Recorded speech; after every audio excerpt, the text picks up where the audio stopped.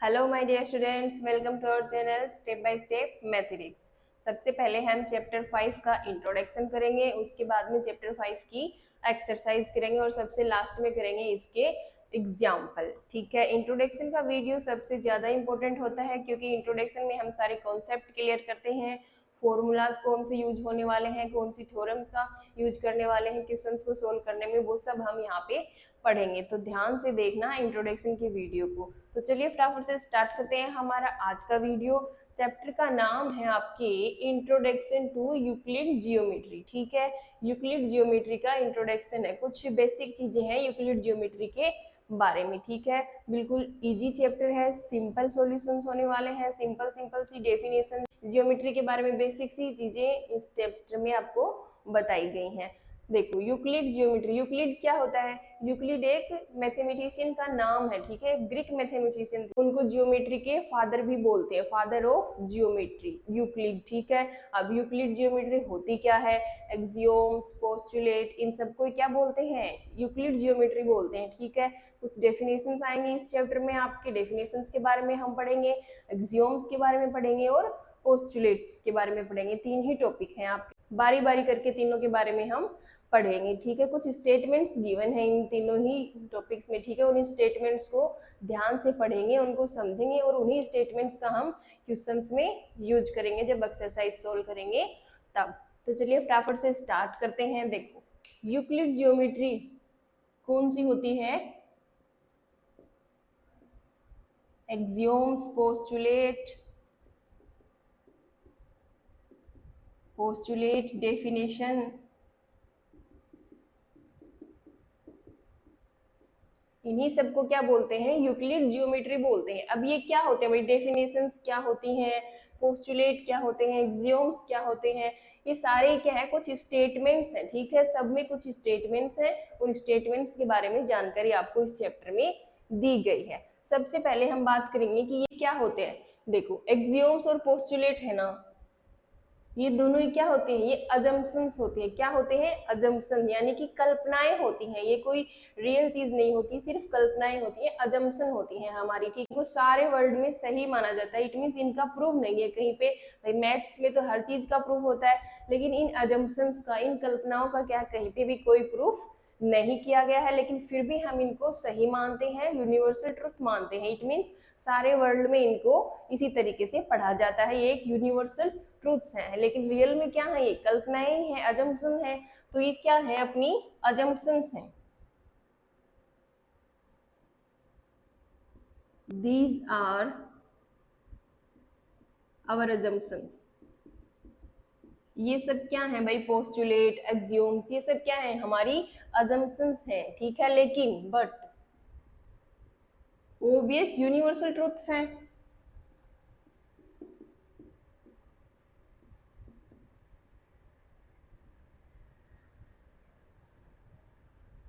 भाई ये अजम्पशंस तो हैं, कल्पनाएं तो हैं, लेकिन यूनिवर्सल ट्रूथ्स भी हैं। इन्हीं को सारे वर्ल्ड में सही माना जाता है बिना प्रूफ के। ठीक है, ये क्या है? नॉट प्रूव्ड है। These are not proved, it means इनका प्रूव नहीं किया गया कहीं पे भी, लेकिन फिर भी इन कल्पनाओं को, इन अजम्पशंस को हम क्या मानते हैं? ट्रूथ मानते हैं। ओबियस यूनिवर्सल ट्रूथ्स हैं ये सारे। तो ठीक है, ये क्या है? अजम्पशंस हैं, एक्सियोम्स एंड पोस्टुलेट। ठीक है, लेकिन इनको हम ट्रूथ ही मानते हैं कि ये एकदम 100% राइट है। ठीक है, कुछ डेफिनेशंस गिवन है आपके इस चैप्टर में, उन डेफिनेशंस के बारे में हम पढ़ेंगे। डेफिनेशंस क्या होती हैं भाई? कोई किसी के बारे में बताया गया हो, किसी के बारे में अपने को समझाया गया हो एक स्टेटमेंट के थ्रू, तो वो स्टेटमेंट क्या होती है? उसकी डेफिनेशन होती है। तो चलिए फटाफट से पढ़ लेते हैं कि कौन कौन सी डेफिनेशंस आपकी गिवन है। इसको पहले एक बार रफ कर लेते हैं। ये कुछ डेफिनेशंस गिवन है आपके चैप्टर 5 में। टोटल 7 डेफिनेशंस हैं इस चैप्टर में। देखो, सबसे पहले बात करते हैं डेफिनेशन नंबर फर्स्ट की। क्या है? A point is that which has no part की। एक पॉइंट क्या होता है? जिसके कोई भी पार्ट्स नहीं होते। पॉइंट क्या होता है? देखो, पॉइंट ये वाला होता है, डॉट को हम क्या बोलते हैं? पॉइंट बोलते हैं। तो इस पॉइंट के क्या कोई भी पार्ट्स नहीं होते। ठीक है, अब इस पॉइंट को हम डिवाइड करना चाहें तो नहीं डिवाइड कर सकते भाई, ये तो डॉट है, पॉइंट है, इसके और पार्ट्स नहीं कर सकते। तो यही बोला गया कि एक पॉइंट जो होगा ना, उसके कोई भी पार्ट्स नहीं होंगे। अब ये प्रूव तो नहीं है कहीं पे, लेकिन फिर भी हम इसको ट्रुथ मानते हैं। ये एक कल्पना है, अजम्पशन है कि ये एक पॉइंट है और इसके पार्ट्स नहीं होते, लेकिन ये यूनिवर्सल ट्रूथ है। पूरे वर्ल्ड में इसको पॉइंट ही बोला जाता है और इसके कोई पार्ट्स नहीं होते, इसको भी सही माना गया है। ठीक है, तो ये यही स्टेटमेंट है, डेफिनेशन यही बोल रही है कि a point is that which has no part, जिसके कोई भी पार्ट्स नहीं होते हैं वो क्या होता है, पॉइंट होता है, ये होता है पॉइंट। ठीक है, अब देखो सेकेंड डेफिनेशन क्या है, ए लाइन इज ब्रेथलेस लेंथ। ठीक है, एक लाइन, लाइन कौन सी होती है भाई, ये वाली क्या है, एक लाइन है। ठीक है, अब इस लाइन की क्या होती है, सिर्फ लेंथ होती है, लेकिन क्या होती है, ब्रेथलेस होती है। ब्रेथलेस लेंथ है, इट मींस इसकी सिर्फ यही, हम जब इस लाइन के बारे में पढ़ते हैं तो इसकी सिर्फ लेंथ के बारे में ही बात करते हैं, इसकी ब्रेथ के बारे में बात नहीं करते। ब्रेथ ऐसे होती है ना, तो ब्रेथ की बात नहीं करते कि इसकी ब्रेथ कितनी है। सिर्फ एक लाइन की जब बात करेंगे तो सिर्फ उसकी लेंथ की ही हम बात करते हैं पूरे वर्ल्ड में। ठीक है, लेकिन इसकी ब्रेथ की बात कहीं पे भी नहीं की जाती। ठीक है, तो ये भी क्या है, एक यूनिवर्सल ट्रूथ है, बट है क्या, अजम्पशन है। ठीक है, यही है अपनी सेकंड डेफिनेशन की, ए लाइन इज ब्रेथलेस लेंथ। भाई ब्रेथ नहीं होती है एक लाइन की, सिर्फ लेंथ होती है। ठीक है, अब देखो third definition, the ends of a line are points. अब एक लाइन है, उसके जो एंड्स हैं, इट मीन्स ये वाली जो लाइन है इसके एंड्स ये वाले हैं, वो क्या होते हैं, पॉइंट होते हैं।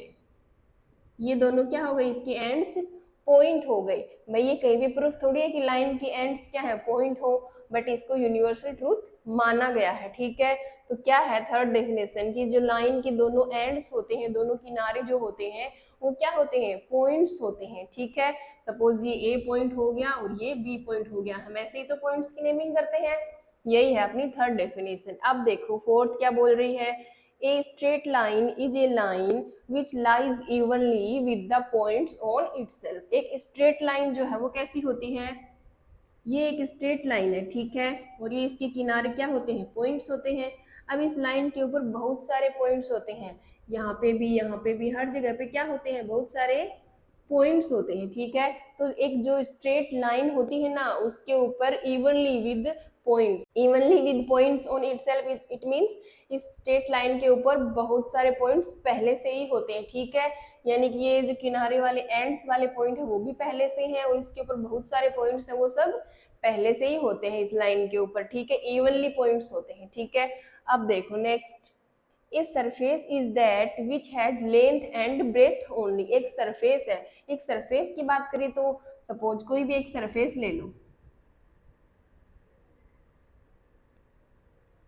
ये एक बोर्ड है। ठीक है, ये एक कोई बोर्ड है, जैसे कि ये बोर्ड है, ऐसे ही ये एक बोर्ड है, इसको एक सरफेस ले लिया हमने। ठीक है, ये क्या है, एक सरफेस, एक बोर्ड है, तो इसकी लेंथ भी है और ब्रेथ भी है। देखो लेंथ ये वाली हो जाएगी इसकी, ठीक है, और ये वाली क्या हो जाएगी, इसकी ब्रेथ हो जाएगी।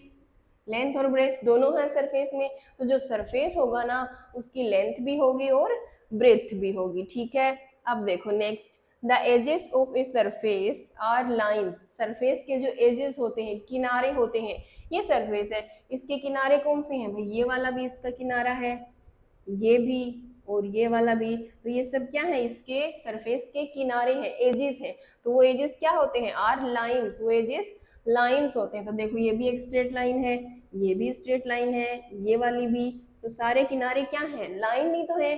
तो यही बोला गया कि एक सरफेस के जो एजेस होते हैं वो क्या होते हैं, लाइंस होते हैं। ठीक है, अब देखो next, a plane surface is a surface which lies evenly with the straight lines on itself.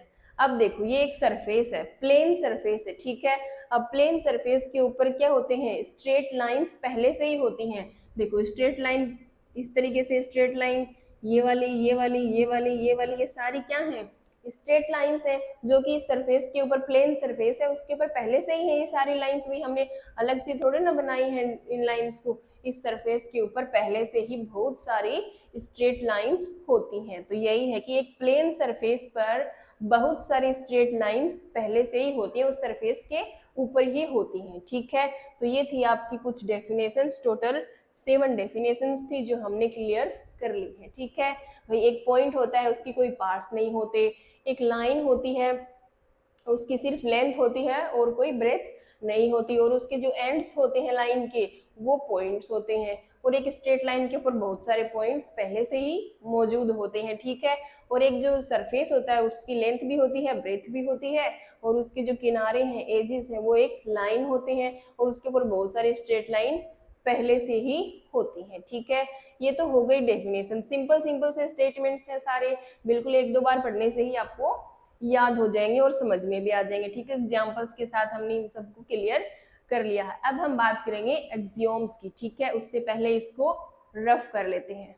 अब हम बात करेंगे एक्सियोम्स के बारे में। ये कुछ एक्सियोम्स गिवन है आपके, टोटल 7 एक्सियोम्स है, ठीक है। 7 स्टेटमेंट्स हैं जिनके बारे में हम पढ़ेंगे, ठीक है। देखो फर्स्ट स्टेटमेंट क्या है, first axioms, things which are equal to the same thing are equal to one another. कौन सी चीजें, ऐसी चीजें जो सेम चीज के इक्वल होती हैं, भाई ऐसी दो चीजें हैं, ठीक है, वो किसी सेम चीज, तीसरी चीज के इक्वल है, दोनों अलग अलग, ठीक है, तो वो दोनों आपस में भी क्या होंगी, इक्वल होंगी। देखो हम एग्जाम्पल से समझते हैं। ये देखो कोई है ए पॉइंट है, ठीक है, ये कोई एक चीज है, ठीक है, कोई ऑब्जेक्ट है ए, ठीक है, ये किसके इक्वल है, ये है बी के इक्वल, ठीक है। और एक ऑब्जेक्ट है सी, वो भी किसके इक्वल है, बी के। तो यहाँ से ए इक्वल सी होगा। हम कैसे बोल सकते हैं, देखो टू थिंग्स, दो चीजें हैं, ए एंड सी है, ए और सी दो चीजें हैं जो सेम चीज के इक्वल है। देखो इधर ये भी बी के इक्वल है, ये वाला भी बी के इक्वल है। बी क्या है, दोनों में सेम ही तो है, सेम चीज के इक्वल है दोनों।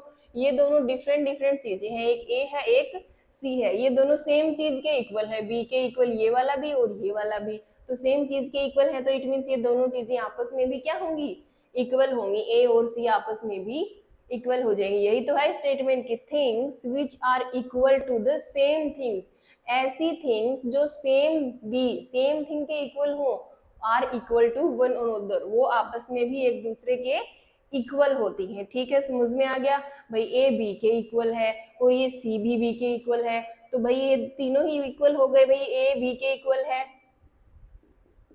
ठीक है। फिर बी किसके इक्वल है, यहाँ से सी बी के इक्वल है, या बी सी के इक्वल है तो बी के इक्वल सी लिख सकते हैं, तो तीनों इक्वल हो गए, तो ए इक्वल सी बोल सकते हैं ना यहाँ से। तो यही है कि things which are equal to the same things are equal to one another, ठीक है। अब देखो second axioms, if equals are added to equals the wholes are equal, ठीक है। अब कोई इक्वल्स में इक्वल नंबर ऐड करें तो जो रिजल्ट आएगा, जो होल आएगा ऐड करने के बाद, वो भी क्या होगा, इक्वल होगा। फॉर एग्जाम्पल देखो यहाँ पे नंबर है 4 इक्वल 4, दोनों इक्वल नंबर्स हैं। अब भाई एन इक्वल्स को ऐड कर रहे हैं किससे, इक्वल नंबर से, +1 कर दो दोनों तरफ, +1 कर दिया दोनों तरफ, क्या रिजल्ट आया, होल्स क्या मिले, 5 मिले दोनों तरफ, होल्स भी क्या आ गए, इक्वल आ गए।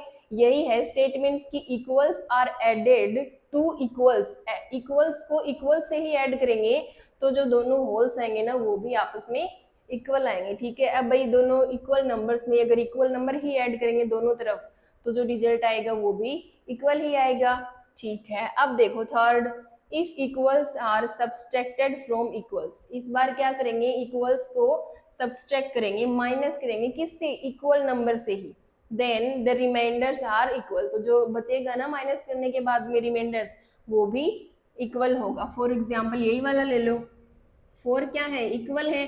अब इन इक्वल्स को क्या करेंगे, सब्सट्रैक्ट करेंगे इक्वल नंबर से, तो दोनों तरफ इक्वल नंबर माइनस करेंगे, -1 ठीक है।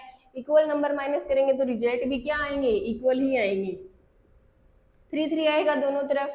तो यही तो है स्टेटमेंट्स की, if equals are subtracted from equals the remainders are also equal, ठीक है।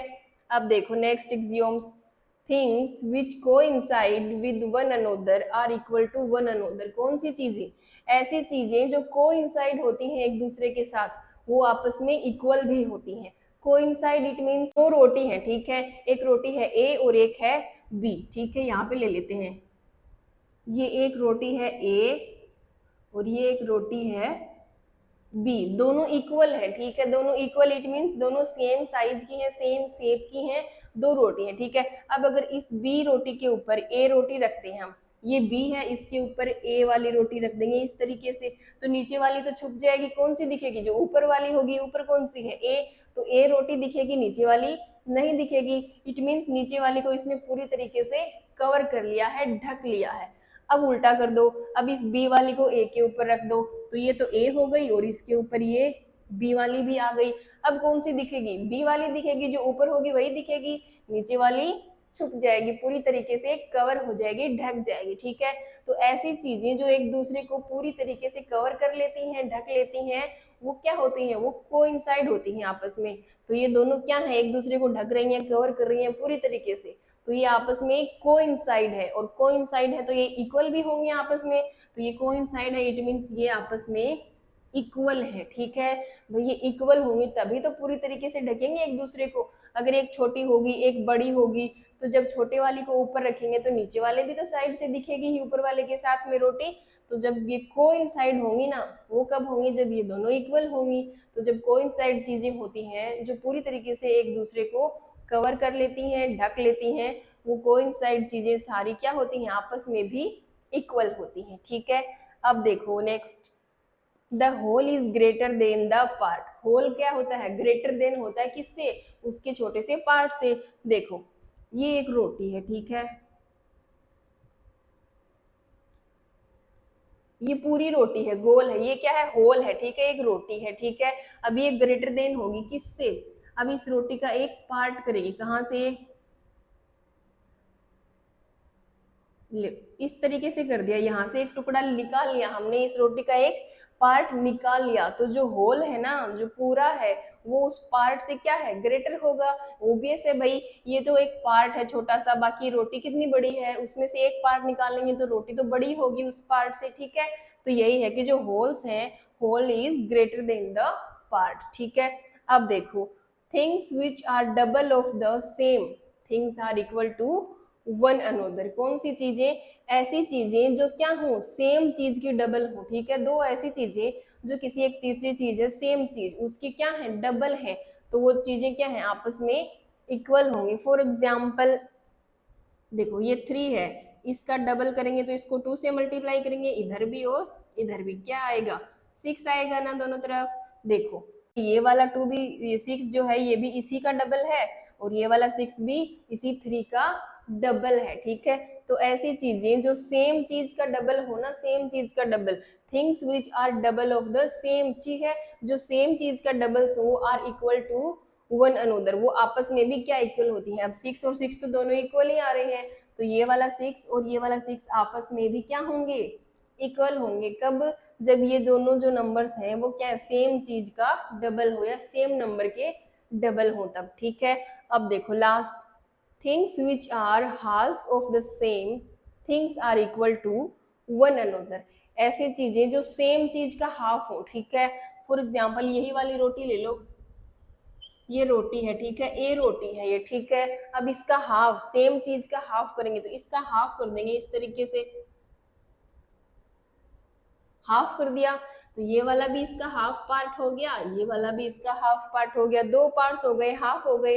हाफ इट मीन्स इस पूरी रोटी का हाफ, तो ये दोनों हाफ आपस में इक्वल है। ठीक है, तो ये वाला हाफ और ये वाला हाफ क्या है? इक्वल होंगे। ठीक है, सेम थिंग, सेम चीज है ना रोटी, तो एक ही रोटी के दो पार्ट्स है, दो हाफ है। ठीक है, तो एक ही रोटी के दो हाफ होंगे, हाफ पार्ट्स आपस में इक्वल होंगे। ठीक है, अब ऐसा नहीं बोल सकते कि रोटी के दो पार्ट, तो एक तो इतना पार्ट ले लिया और एक बड़े वाला, ये दोनों इक्वल नहीं होंगे। हाफ का मतलब बिल्कुल हाफ। ठीक है, अगर कोई नंबर है 10, उसका हाफ कितना होगा? 5। ठीक है, तो इस 10 के दो टुकड़े करेंगे, 5 और 5, तो ये सेम नंबर है 10, इसी के हाफ है दोनों। इस ये भी भाई 5 क्या है? 10 का हाफ, ये वाला 5 ये भी 10 का हाफ, तो दोनों चीजें सेम चीज का हाफ है, तो ये आपस में इक्वल होंगी। तो 5 और 5 इक्वल है, तो यही बोला गया। ठीक है, कि कोई एक चीज है, उस सेम चीज का हाफ करेंगे तो उसके दोनों हाफ आपस में इक्वल होते हैं। ठीक है, ये थे आपके टोटल 7 एक्सियोम्स। एक बार फिर से रिपीट कर लेते हैं। देखो, कोई दो चीजें हैं, ठीक है, वो सेम चीज के इक्वल हैं, तो वो आपस में भी इक्वल हो जाएंगी। ठीक है, फिर अगर दो इक्वल नंबर्स में इक्वल नंबर ही ऐड करेंगे तो उनका रिजल्ट यानी कि होल आएगा, वो भी इक्वल आएगा। अब दो इक्वल नंबर्स में से इक्वल नंबर ही माइनस करेंगे तो रिमाइंडर भी इक्वल आएगा। ठीक है, अब देखो दो चीजें हैं, ठीक है, वो एक दूसरे के साथ कोइंसाइड है। कोइंसाइड इट मींस जो एक दूसरे को पूरी तरीके से कवर कर लेती हैं तो वो आपस में इक्वल होंगी, ठीक है। अब देखो जो होल होता है ना वो उसके पार्ट से बड़ा होता है, ग्रेटर होता है, ठीक है। फिर और क्या है कि जो सेम नंबर के डबल हो, सेम चीज के डबल कोई दो चीजें हैं तो वो आपस में इक्वल होंगी, और सेम चीज की कोई हाफ है तो दोनों हाफ भी आपस में इक्वल होते हैं, ठीक है। अब हम बात करते हैं, अपना लास्ट है पोस्टुलेट्स के बारे में, ठीक है। अब हम बात करेंगे पोस्टुलेट्स के बारे में, ठीक है। सबसे पहले हमने डेफिनेशंस के बारे में बात की, टोटल 7 डेफिनेशंस थी और एक्सियोम्स भी कितने थे, 7 थे। अब हम बात करेंगे पोस्टुलेट्स के बारे में, जो कितने हैं, 5 है टोटल, ठीक है। सबसे पहले देखो फर्स्ट पोस्टुलेट क्या है, given two distinct points there is a unique line that passes through them. दो डिस्टिंक्ट पॉइंट है, यानी कि दो अलग अलग पॉइंट है, डिफरेंट पॉइंट है। एक ये वाला पॉइंट है ए और एक ये वाला पॉइंट है बी, ठीक है। ये दो डिस्टिंक्ट पॉइंट है, अलग अलग है, कुछ दूरी के ऊपर दो पॉइंट्स है। अब इन दोनों पॉइंट से होकर जाने वाली सिर्फ एक यूनिक लाइन होती है, एक ही लाइन है जो दोनों पॉइंट से होकर जाएगी। देखो एक तो लाइन हो जाएगी ए से बी तक, ये वाली एक स्ट्रेट लाइन हो जाएगी पॉइंट ए से बी तक, ये हो गई एक स्ट्रेट लाइन पॉइंट ए से पॉइंट बी तक। ये एक यूनिक लाइन है, सिर्फ यही लाइन इन दोनों पॉइंट से होकर जाएगी और कोई भी लाइन नहीं जाएगी। अब देखो ट्राई करके देखते हैं, इस वाले पॉइंट से एक लाइन ड्रॉ करते हैं इस तरीके से, तो ये लाइन ए पॉइंट से होकर तो जा रही है बट इस पॉइंट से नहीं जा रही। एक और करते हैं, ये भी इसी पॉइंट से जा रही है, इस तरीके से ड्रॉ करेंगे वो भी इसी पॉइंट से जाएगी। तो और कितने भी हम ट्राई करेंगे लाइंस ड्रॉ करने की, वो सिर्फ एक ही पॉइंट से जाएंगे, दूसरे पॉइंट से नहीं जाएंगे। इस पॉइंट से भी ट्राई करके देख लो, ये वाली लाइन है सिर्फ इसी पॉइंट से गई, इससे नहीं गई। इस तरीके से ड्रॉ करेंगे, ऐसे करेंगे, किसी भी तरीके से लाइन ड्रॉ करने की ट्राई करेंगे तो सिर्फ एक ही पॉइंट से जाएंगे। वो दोनों पॉइंट से जाने के लिए सिर्फ एक ही लाइन है, ए बी लाइन, सिर्फ एक यही एक लाइन होगी जो दोनों पॉइंट से गुजरेगी, ठीक है। तो यही अपना स्टेटमेंट है कि जो टू डिस्टिंक्ट पॉइंट्स है, कुछ दूरी के ऊपर दो अलग अलग जो पॉइंट्स हैं उनको मिलाने के लिए there is a unique line, एक यूनिक लाइन होगी जो पासेस थ्रू देम, दोनों से गुजरेगी, ठीक है। अब देखो second, a terminated line can be produced indefinitely, ठीक है। एक जो टर्मिनेटेड लाइन है, देखो ये लाइन है, ठीक है, ये ए बी क्या है, एक टर्मिनेटेड लाइन है। टर्मिनेटेड इट मींस जो लाइन अपने को दिखाई दे, जिसके एंड्स अपने को दिखाई दे रहे हो, ये एक टर्मिनेटेड लाइन है। इसको प्रोड्यूस इनडिफाइनाइटली, ठीक है, इसको हम दोनों साइड में इनडिफाइनाइटली तक बढ़ा सकते हैं, ठीक है। देखो इसको भी ऐसे बढ़ा सकते हैं, इसको भी आगे बढ़ा सकते हैं, इंक्रीज कर सकते हैं, दोनों साइड में इंक्रीज कर सकते हैं एक टर्मिनेटेड लाइन को, ठीक है। अब देखो थर्ड पोस्टुलेट क्या है, a circle can be drawn with any centre and any radius. अब देखो सर्कल है वो किसी भी सेंटर का हो सकता है और किसी भी रेडियस का हो सकता है। फॉर एग्जांपल ये वाला पॉइंट हमने सेंटर ले लिया, ठीक है, अब कंपास की हेल्प से सर्कल बनाएंगे, भाई ये सेंटर ले लिया और इस सेंटर से कंपास को खोलेंगे और सर्कल ड्रॉ करेंगे। तो एक ये वाला सर्कल ड्रॉ कर दिया हमने, तो इसकी रेडियस कुछ है, अब रेडियस बढ़ा करके एक और बड़ा सर्कल सेम सेंटर से, फिर इसी सेम सेंटर से और भी ज्यादा रेडियस का सर्कल ड्रॉ कर सकते हैं। तो सेम सेंटर के साथ अलग अलग रेडियस के सर्कल्स हम ड्रॉ कर सकते हैं। तो जो सर्कल है वो एनी सेंटर और एनी रेडियस का हम बना सकते हैं, ठीक है। फॉर एग्जांपल इस वाले सेंटर से भी हम सर्कल ड्रॉ कर सकते हैं अलग अलग रेडियस के, तो किसी भी सेंटर से कितनी भी रेडियस के हम सर्कल्स ड्रॉ कर सकते हैं। अब देखो फोर्थ है, all right angles are equal to one another. सारे राइट एंगल्स आपस में एक दूसरे के इक्वल होते हैं। राइट एंगल्स कौन से होते हैं, देखो राइट एंगल्स होते हैं ये वाले जो 90 डिग्री के होते हैं। ये क्या है, एक राइट एंगल है जो कितना होता है, 90 डिग्री का होता है, ठीक है। फॉर एग्जाम्पल ये वाला भी एक राइट एंगल है, ये भी भाई अपना 90 डिग्री का होता है। फॉर एग्जाम्पल ये भी 90 डिग्री का एंगल है, राइट एंगल है, ठीक है। तो राइट एंगल जितने भी होंगे ना वो सारे ही 90 डिग्री के होंगे, तभी तो वो राइट एंगल है। तो 90 डिग्री के इट मीन सारे एंगल आपस में इक्वल होते हैं, ठीक है। अब देखो लास्ट और फिफ्थ पोस्टुलेट क्या है, if a straight line following on two straight lines, ठीक है। सबसे पहले इसका डायग्राम बनाएंगे साथ साथ में, ठीक है। एक स्ट्रेट लाइन है वो किसके ऊपर फॉल कर रही है, दो स्ट्रेट लाइंस के ऊपर, ठीक है। इस तरीके से बना लेंगे,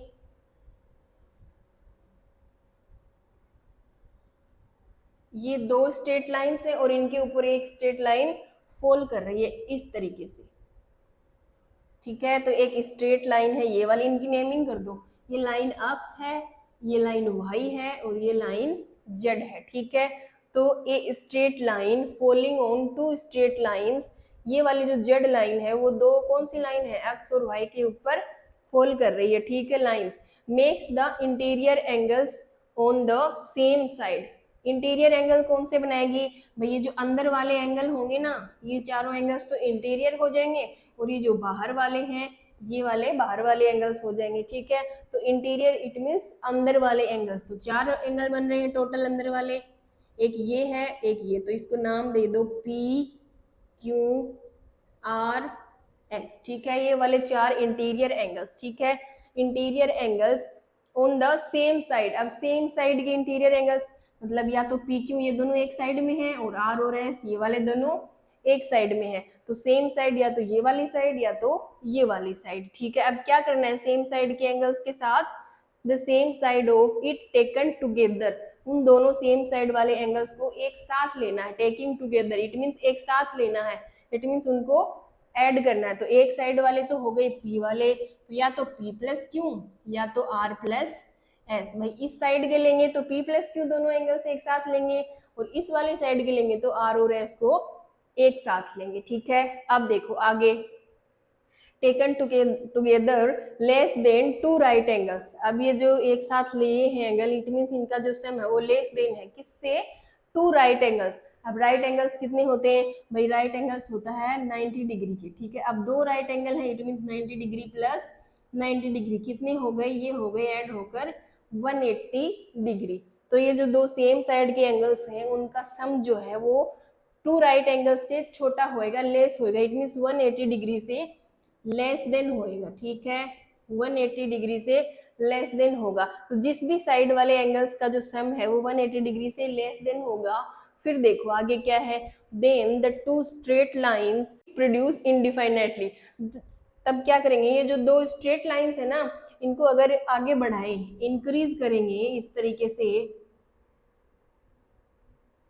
तरीके से इन दोनों स्ट्रेट लाइंस को प्रोड्यूस इंडेफिनेटली, अगर इनको आगे बढ़ाएंगे तो meet on that side on which the sum of angles is less than two right angles, ठीक है। तो आगे बढ़ाएंगे तो वो उस साइड में मिलेंगी कहीं पे दोनों लाइंस, कहाँ पे, कौन सी साइड में, जिस साइड में एंगल्स का सम है वो क्या आ रहा है, दो राइट एंगल से लेस देन यानी कि 180 डिग्री से छोटा आ रहा है, ठीक है।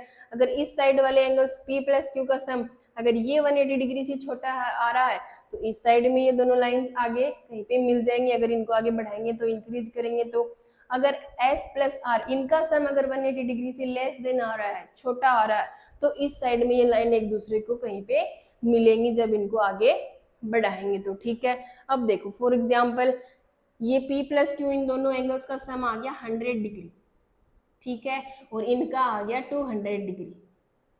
इस साइड वालों का सम कितना आया 100 डिग्री और दूसरी साइड वालों का 200 डिग्री। अब देखेंगे कि कौन सी साइड के एंगल्स का सम है 180 डिग्री से छोटा है, ये 100 है भाई, ये छोटा है 180 डिग्री से, और 200 है ये बड़ा है 180 डिग्री से। तो जिस साइड का भी सम है एंगल्स का वो 180 डिग्री से लेस देन हो, छोटा हो, उसी साइड में वो दोनों लाइंस हैं आगे बढ़ाने पर कहीं पे मिलेंगी, ठीक है। तो ये समझ में आया फिफ्थ पोस्टुलेट, दो स्ट्रेट लाइंस हैं उनके ऊपर एक स्ट्रेट लाइन इस तरीके से फॉल कर रही है कि जो इंटीरियर एंगल्स हैं सेम साइड के उनका सम टू राइट एंगल्स के सम से लेस देन आएगा, तो उसी साइड में वो दोनों लाइंस क्या है, स्ट्रेट लाइंस किसी पॉइंट पे मिलेंगी, ठीक है। ये थे टोटल 5 पोस्टुलेट्स आपके, एक बार इनको रिपीट कर लेते हैं। फर्स्ट क्या था कि दो डिस्टिंक्ट पॉइंट अगर गिवन हो तो उनसे सिर्फ एक यूनिक लाइन है जो दोनों से गुजरेगी, बाकी कोई भी लाइन नहीं है जो दोनों से गुजरेगी। एक एक पॉइंट से तो बहुत सारी लाइन गुजरेंगी बट दोनों से सिर्फ एक लाइन गुजरेगी, ठीक है। सेकेंड क्या था कि एक जो टर्मिनेटेड लाइन है उनके दोनों सिरों को हम कितना भी इंक्रीज कर सकते हैं। और फिर क्या है कि सर्कल, एक सेंटर से अलग अलग रेडियस के बहुत सारे सर्कल्स हम ड्रॉ कर सकते हैं, ठीक है। तो एक सर्कल है वो can be drawn any centre and any radius, ठीक है। और जो सारे राइट एंगल्स है वो भी आपस में इक्वल होते हैं। और एक स्ट्रेट लाइन है, दो स्ट्रेट लाइंस के ऊपर फॉल करेगी, तो इंटीरियर एंगल्स में से एक साइड के इंटीरियर एंगल्स का सम दो राइट एंगल्स का सम इट मीन्स 180 डिग्री से लेस देन होगा, तो उसी साइड में दोनों लाइंस कहीं पे मिलेंगी। ठीक है, तो ये थे हमारे 3 टॉपिक्स, डेफिनेशंस, एक्सियोम्स एंड पोस्टुलेट्स। ठीक है, सब में कुछ स्टेटमेंट्स थे जो हमने अच्छे से समझ लिए हैं। तो चैप्टर का इंट्रोडक्शन तो होता है complete, introduction to Euclid geometry. ठीक है, अब हम बात करते हैं थ्योरम्स की। थ्योरम क्या होती है? थ्योरम्स में भी क्या होता है? स्टेटमेंट ही होता है जिसको हम प्रूव करते हैं। ये तो क्या थी भाई? अजम्पशंस थी, इनको प्रूव नहीं किया गया कहीं पे भी। ठीक है, तो इन अजम्पशंस को हम प्रूव नहीं करते हैं, ये यूनिवर्सल ट्रूथ होती है। ठीक है, लेकिन जो थ्योरम्स होती हैं अपनी, उनमें भी स्टेटमेंट्स होती हैं, लेकिन उनको हम प्रूफ करेंगे। ठीक है, कैसे प्रूफ करते हैं उनको? भाई कुछ कैलकुलेशन करते हैं, कुछ पहले से जो स्टेटमेंट प्रूफ किए गए हैं उनका यूज करते हैं, और इनके यूज से एक्सियोम्स, पोस्टुलेट्स, डेफिनेशंस, इन सब का यूज करके ही जो थ्योरम का स्टेटमेंट है उसको हम प्रूफ करते हैं। इनको तो प्रूफ नहीं किया गया है, लेकिन इनके यूज से हम थ्योरम्स को प्रूफ करते हैं। ठीक है, एक बार लिख लेते हैं इसको रफ करके। थ्योरम्स, थ्योरम्स क्या होते हैं? कोई स्टेटमेंट होता है जिसको कैसे प्रूफ करते हैं, इनको हम प्रूव करते हैं। ठीक है, क्या करते हैं? इनको हम प्रूव्ड, ये क्या है? प्रूवन है, प्रूव्ड है। और ये क्या है? नॉट प्रूव्ड है, इनको प्रूफ नहीं कर सकते। ठीक है, इनको कहीं पे भी प्रूव नहीं किया गया है। और थ्योरम्स क्या होती है? जिनको हम प्रूव करते हैं, ये प्रूव्ड है, प्रूव हो सकती है। कैसे प्रूव करेंगे इनको? इन्हीं के यूज से। ठीक है, बाय यूजिंग एक्सियोम्स, पोस्टुलेट्स। ठीक है, इन्हीं के यूज से हम इन थ्योरम्स के स्टेटमेंट को प्रूफ करते हैं। कुछ कैलकुलेशन भी करेंगे। ठीक है, कोई स्टेटमेंट जो पहले से प्रूफ किए गए हैं उनका यूज करके भी थ्योरम्स को हम प्रूफ करते हैं। ठीक है, लेकिन जो एक्सियोम्स और पोस्टुलेट होते हैं ये प्रूफ नहीं कर सकते हैं इनको, लेकिन ये यूनिवर्सल ट्रूथ होते हैं। लेकिन है क्या रियल में? ये अजम्पशंस हैं। ठीक है, तो समझ में आ गया इस चैप्टर में इंट्रोडक्शन टू यूक्लिड जियोमेट्री में एक्सियोम्स के बारे में पढ़ा, टोटल 7 एक्सियोम्स थे। पोस्टुलेट्स के बारे में पढ़ा, टोटल 5 थे आपके। और किसके बारे में पढ़ा? डेफिनेशंस, जो कितनी थी? 7। ठीक है, और थ्योरम्स के बारे में पढ़ लिया कि थ्योरम्स के स्टेटमेंट्स होते हैं और उनको हम प्रूव करते हैं इन्हीं की हेल्प से। तो ये था आपका introduction of Euclid geometry. Euclid geometry के बारे में कुछ बेसिक पॉइंट्स जो कि सारे हमने क्लियर कर लिए हैं। आई होप आप सबको अच्छे से क्लियर हो गए होंगे। अगर अच्छे से समझ में आया हो, वीडियो आपको पसंद आया हो, तो प्लीज लाइक करें और अपने दोस्तों के साथ वीडियो को शेयर करें और चैनल को सब्सक्राइब करें। नेक्स्ट वीडियो में हम लोग इस चैप्टर की एक्सरसाइज स्टार्ट करेंगे 5.1। सिर्फ एक ही एक्सरसाइज है 5.1, उसके बाद में इसके examples. Till then take care and bye bye.